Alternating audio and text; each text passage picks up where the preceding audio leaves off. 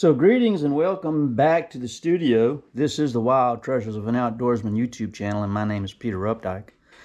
And before we get into the opening weekend of archery season, I want to remind all of you that Christmas time is coming. Get your orders in early for my book, Wild Treasures of an Outdoorsman. The YouTube channel is dedicated to Wild Treasures of an Outdoorsman. Planes fall out of the sky, horses tumble down the mountain. Yeah, this is my book. I wrote it. All the stories are true. It's a collection of short stories. You don't have to read them in any particular order. You can go through the book and just read my experiences. Florida, hunting and fishing from my youth into manhood and beyond. All the way out west, hunts in Colorado. Yeah, just a local boy made good. So that's my book. You can get your copy at Pat's Pawn and Gun on their website. Click on publications. It'll come up. They'll send one right out to you. I'll be giving a few copies away as Christmas time approaches, so stay tuned for that. All right. Now, I went deer hunting opening weekend. I always sit out opening day because I don't want to get caught up in the chaos. Number one, I can hunt during the week. In other words, on a weekday when others cannot. Some guys going to work and they hunt after work. So the weekend can be kind of crowded. So I don't want to add to that. So I will hunt on a weekday. But I went on Sunday. Now, when I went on Sunday, I intentionally went late. When I say late, it was already daylight when I left the house. It takes an hour and 10 minutes. Now I'm going to the Lake George Wildlife Management Area. I hunt the southern portion of it near Highway 40, okay? And I've been hunting the same block of woods now for about 10 years. I like the area. I pretty much have that block of woods to myself. Every now and then I'll see somebody there, but most of the time I have the area to myself, and I won't be divulging where that spot is. Some of you guys have seen my truck. You know where I hunt at. It makes no difference. I haven't seen or killed anything that you haven't. And well, it's about an even playing field. But I like to invest myself into a spot and build on my experiences from there. That's what I preach. And driving all around, going here and going there, setting up stands here and there and everywhere is counterproductive in my view. And I would not recommend doing that, especially on public land. But I went on Sunday morning and I drove up, and when I turned off the hard road and made my way to my parking area where I like to park, to my delight, of course, there was nobody there. I could see a vehicle down the road probably a mile or so, and I passed one on the way in. It was on the other side of the road. So, yeah, it looked like my spot was waiting for me. So I pulled off the side of the road there and got my deer buggy out. Now, I use my deer buggy quite religiously. As many of you know, I like to hunt with a climbing stand, and I don't particularly like leaving my climbing stand in the woods because my hunting season can evolve from week to week. And one day I'm going here, and the next day I'm going there. I've got a whole list of places I'd like to go. And I don't want to leave my stand in the woods and then wind up wanting it to go someplace else. So I take it up and take it down every time. So I'm walking through the woods, dragging and it's woods. There's no trail there, but the woods are fairly open. And I am pulling my deer buggy behind me. Now I got my backpack. I got my lunch. By now it's almost 8:30.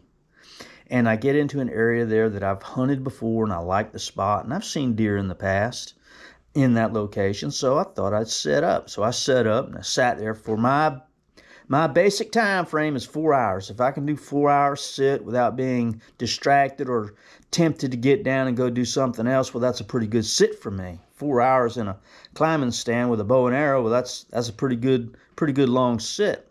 So it was around 1:30, 2 o'clock, I decided I was going to get down and just do a loop-de-loop. Now, where I hunt, there's no, let's say, exit.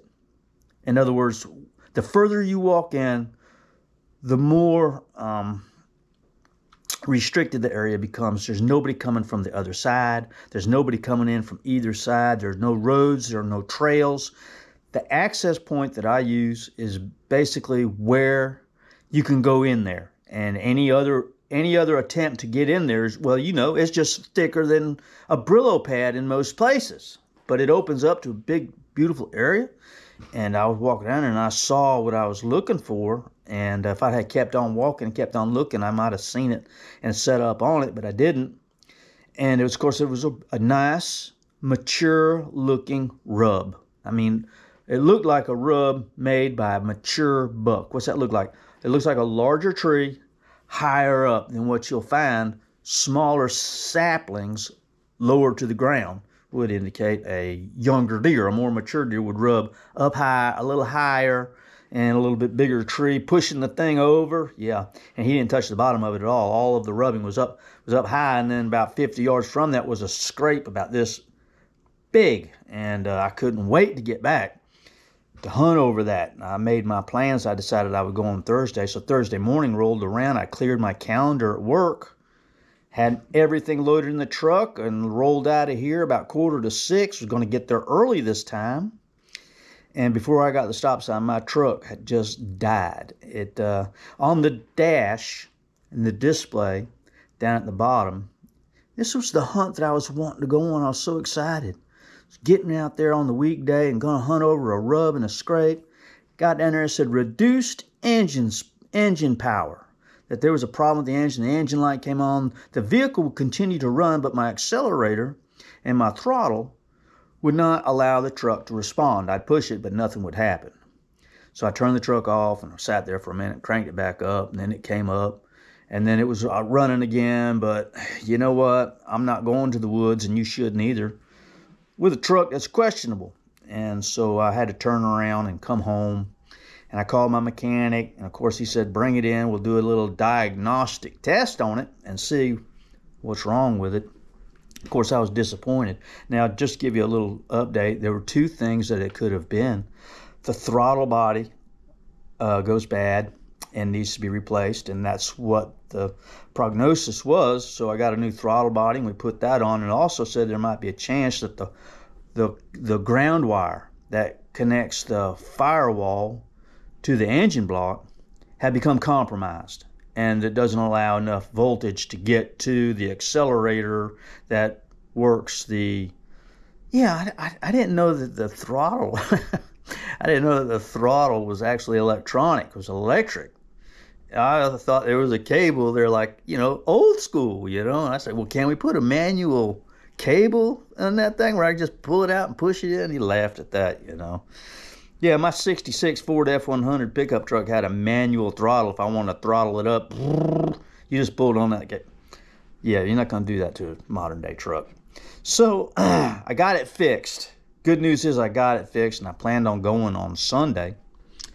And of course now I'm behind at work, and things aren't good at work. And Friday I came home, and I didn't feel very good. And Friday night I came down. Now I have not taken the poke or the prick, and I've not taken the test, and don't intend to. I got sick. I got deathly ill. I felt like I had 1,000 needles in my throat, body aches and pain. One day I'd have a fever of 104. The next day I'd be back down to 98. Then it was up again to 90, 104. Then it was back down to 98. This went on for 4 or 5 days, and I was sick. I wasn't at death's very door, but I was very ill. Didn't care anything about going hunting. Wasn't gonna make any plans to go hunting, and I just needed to recover the whole time, falling further behind with my duties at work. So that's where I am now. I'm feeling much better. I feel like I kind of got over it, and thinking about maybe going again in the days to come. So we're back on schedule. But yeah, we're almost 2 weeks into the thing, and archery season goes by so fast. It goes by like in a whisper, man, and a vapor, and it's over. And if you miss just a little here and a little there, you regret it further down the line. And I'm banking on that buck to be there. I wouldn't count on it, but he might be. I saw on Facebook, some of the folks I follow on Facebook, local people. One guy killed a real nice 9-point at Lake George, and another guy, a young feller, shot him a real fine 8-point. And both were on Saturday. and the day before I went, which I went on Sunday. So that's the story behind my hunt. I've also experienced another setback. My computer, the system, the editing system, and the pictures system I don't know about these computers, but apparently it has a mind of its own, and the people that are in charge, the Google people that are in charge of this thing, decided that, well, the system that we were using for our YouTube videos, the music, the editing, all the things that you've grown accustomed to seeing when you see a Wild Treasures of an Outdoorsman video, are gone. They decided, well, we need to upgrade. And again, I'm not a computer guy. It took me weeks and weeks and weeks and months and months and months to refine my abilities with editing a video. And now all of that's gone because they said, well, you need to download this. I don't even know what download means. I mean, I kind of do, but I just want to make videos. I don't want to learn a whole new system. So the system I was using is completely gone. And the system that's in place now is so confusing to me. I don't like it. I'm going to have to, if you're watching this video and it comes to a point where the video, because whenever I do a YouTube video on here and the GoPro has segments, okay, and then you've got to put the segments together. The other system was putting them together, you couldn't tell. But now I try to put the segments together and you can tell this thing, it doesn't have a smooth transition. It's terrible. And I apologize for that. I'm going to seek out and find a system. I'm going to go to my computer guy and say, look, this is what happened. Take my computer down there. I'm going to buy one that'll never change, never expire. Hopefully. I don't know. We'll see. And if I can find one that talks English. Anyway, that's... Yeah, we're in trouble. What else? That pretty much adds it all up. I got something here I want to show you now. I built something here in the studio. My mother-in-law, when she passed away, left me a whole bucket full of antique fishing stuff. And here's one of the lures. You ever heard of a paw lure? Well, that's a paw right there. And it's got two legs. I guess it's a frog. And it's got these two legs, and it's got 3 treble hooks on it. One there in the body, and then one on each leg. Look at that thing, man.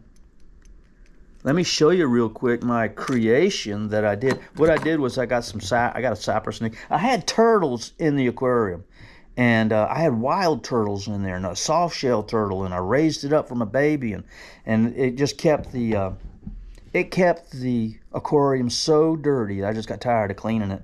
So I've made a display, and what the display represents, it represents the bottom of the lake, and all of the things that you'd find in the bottom of the lake. I'm going to show it to you here. Just a second. Let's see here. We get over here, and it's got a bear skull in it that my brother-in-law killed. He killed that bear in Canada. But here there's the aquarium, and that's Mike's bear skull, and fishing reels, old corks. I got a cypress knee with all of those lures hanging off of it. And then we've got one of those spring-loaded, as seen on TV, sure set corks. And it's still in the box, brand new. And again, antique fishing lures, antique fishing reels, jackknife. Pretty cool, huh?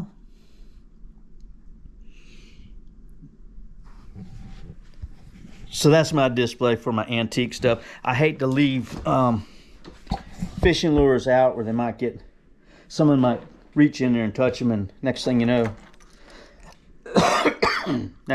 they got myself included, they got a hook in their finger, and there you go. You got to go to the doctor, get it cut out. So, okay, so that's coming up on the next video. I'm going to do 10 helpful tips to keep you hunting the whole season. All right, I'm gonna try and put together 10 tips. That's a lot of information. I'm gonna put it together and I'm gonna tell you what helps me get through the season from September all the way through to January, sometimes February. If you hunt the green swamp, you can hunt all the way to February. And yeah, you never know when your chance will come. You need to continue and move forward and become the hunter that you need to be. All right, so I love you guys. Thanks a lot for watching. Like and subscribe if you want to, and we'll be back. I'm sorry it took so long to get. I just been sick, and I didn't feel like doing no videos. I did a few of them. Boy, they sure turned out terrible. So I'm gonna try and edit this one. Love you guys. See you. Bye.